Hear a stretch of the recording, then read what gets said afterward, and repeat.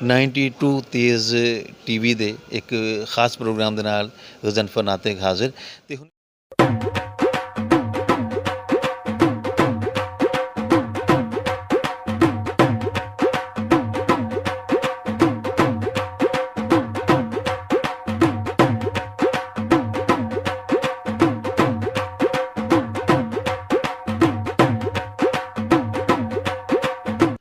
92 ਤੇਜ਼ ਟੀਵੀ ਦੇ ਇੱਕ ਖਾਸ ਪ੍ਰੋਗਰਾਮ ਦੇ ਨਾਲ ਗਜ਼ਨਫਰ ਨਾਤਿਕ ਹਾਜ਼ਰ ਤੇ ਹੁਣੀ ਤੁਸੀਂ ਦੇਖਿਆ ਕਿ ਬੱਚਾ ਰੇੜਿਆ ਸੀਗਾ ਕਿੰਨੇ ਬਚਪਨ ਇਸ ਰੇੜੇ ਦੇ ਨਾਲ ਗੁਜ਼ਰੇ ਤੇ ਰੇੜ ਕੇ ਬਚਪਨ ਜਵਾਨੀ 'ਚ ਤੇ ਜਵਾਨੀ ਬੁਢਾਪੇ 'ਚ ਬਦਲ ਗਈ ਲੇਕਿਨ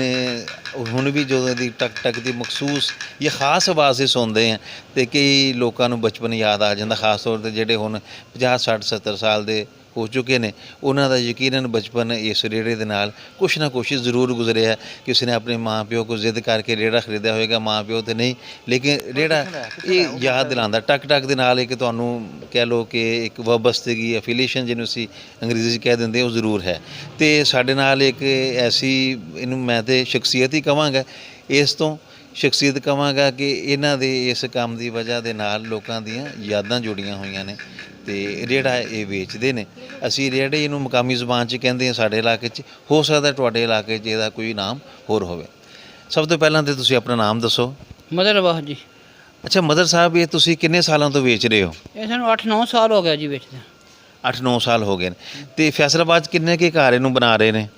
ਫੈਸਲਾਬਾਦ ਨਹੀਂ ਬਣਾ ਉਹ ਸਰਗੋਦਾ ਬਣਾ ਰਿਹਾ ਅੱਛਾ ਇਹ ਸਰਗੋਦਿਓਂ ਬਣ ਕੇ ਆਂਦਾ ਹਾਂਜੀ ਤੇ ਫੈਸਲਾਬਾਦ ਨਹੀਂ ਇਹ ਬਣ ਰਿਹਾ ਇਹ ਫੈਸਲਾਬਾਦ ਪੁਰਾਣੀ ਚੁੰਗੀ ਤੇ ਬਣ ਰਿਹਾ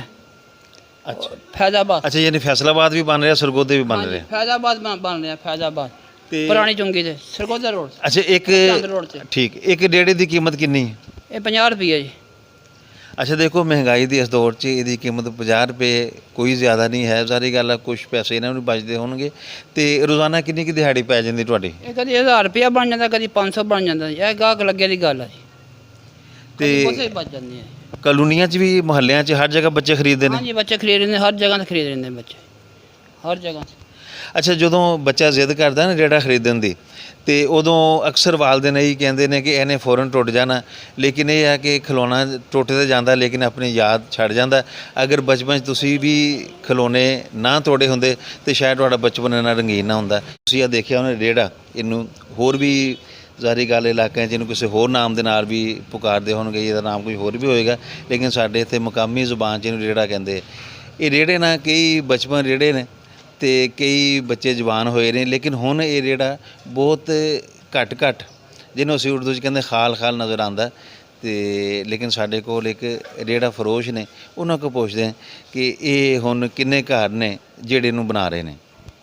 ਮਦਰ ਸਾਹਿਬ ਇਹ ਕਿੰਨੇ ਕਿ ਹੁਣ ਘਰ ਰਹਿ ਗਏ ਨੇ ਜਿਹੜੇ ਰੇੜਾ ਬਣਾਉਂਦੇ ਨੇ ਤੇ ਉਹਨਾਂ ਦਾ ਮਾਸ਼ ਰੇੜੇ ਨਾਲ ਜੁੜਿਆ ਇਹ ਬਾਬਾ 15-20 ਘਰ ਆ ਜੀ ਉਹ ਹੀ ਬਣਾਉਂਦੇ ਆ 15-20 ਰਹਿ ਗਏ ਨੇ ਹਾਂਜੀ ਤੇ ਪਹਿਲਾਂ ਕਿੰਨੇ ਕੇ ਘਰ ਹੁੰਦੇ ਸੀ ਯਾਦ ਹੈ ਕੁਝ ਤੁਹਾਨੂੰ ਯਾਦ ਨਹੀਂ ਹੈ ਜੀ ਇੰਨੇ ਕੁ ਯਾਦ ਨਹੀਂ ਹੈ ਥੋੜ੍ਹੇ ਜਿਹੇ ਕੁ ਯਾਦ ਆ ਅੱਛਾ 15-20 ਅੱਛਾ ਇਹ ਦੱਸੋ ਕਿ ਇਹ ਕਿੰਨੀ ਇਹਦੀ ਕੀਮਤ ਹੁਣ 50 ਰੁਪਈਆ ਤੇ 50 ਰੁਪਏ ਦੀ ਕੀਮਤ ਤੇ ਗੁਜ਼ਾਰਾ ਤੁਹਾਡਾ ਹੋ ਜਾਂਦਾ ਬਸ ਮਾੜਾ ਮੋਟਾ ਹੋ ਜਾਂਦਾ ਜੀ ਮਾੜਾ ਮੋਟਾ ਹੋ ਜਾਂਦਾ ਇੰਨਾ ਇਸ ਇਲਾਕੇ ਤੁਸੀਂ ਖੜੇ ਹੋ ਇਹ ਕਲੋਨੀ ਆ ਇੱਥੇ ਦੇ ਬੱਚੇ ਵੀ ਖਰੀਦਦੇ ਨੇ ਜਾਂ ਮੁਹੱਲਿਆਂ ਦੇ ਬੱਚੇ ਖਰੀਦਦੇ ਨੇ ਖਰੀਦ ਲੈਂਦੇ ਆ ਇੱਥੇ ਦੇ ਵੀ ਬੰਦੇ ਖਰੀਦ ਲੈਂਦੇ ਆ ਬੱਚੇ ਵੀ ਖਰੀਦ ਲੈਂਦੇ ਆ ਵੱਡੇ ਵੀ ਲੈ ਜਾਂਦੇ ਆ ਜੀ ਇਹਦੇ ਨਾਲ ਹੀ 92 ਤੇਜ਼ ਟੀਵੀ ਤੋਂ ਗਜ਼ਨਫਰ ਨਾਤਿਕ ਨੂੰ ਇਜਾਜ਼ਤ ਦਿਓ ਅੱਲਾਹ ਨਿਗਹਿਬਾਨ।